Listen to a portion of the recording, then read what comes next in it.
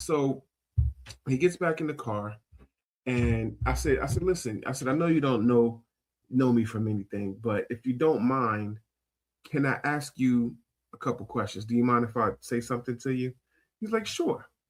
So I start talking to him. I say, listen, I know, I said, I wasn't trying to be in your business, but I heard what you mentioned about your father and how you really don't want to be like him, right?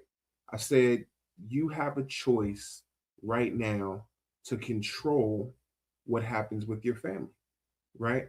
Because you are the next generation.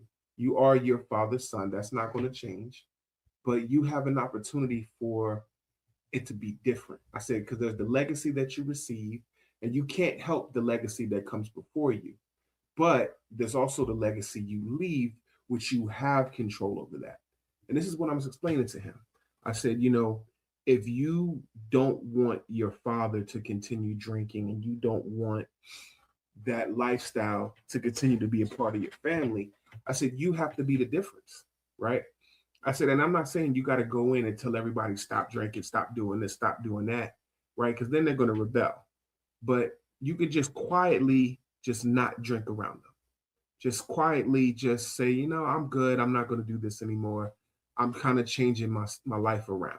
I said that in itself, not only will it convict them, right? Because let's be honest, when you change and you're the first person to change in your family, there's this conviction aspect, but then there's also this aspect of like, okay, if he can do it, I think I can do it too.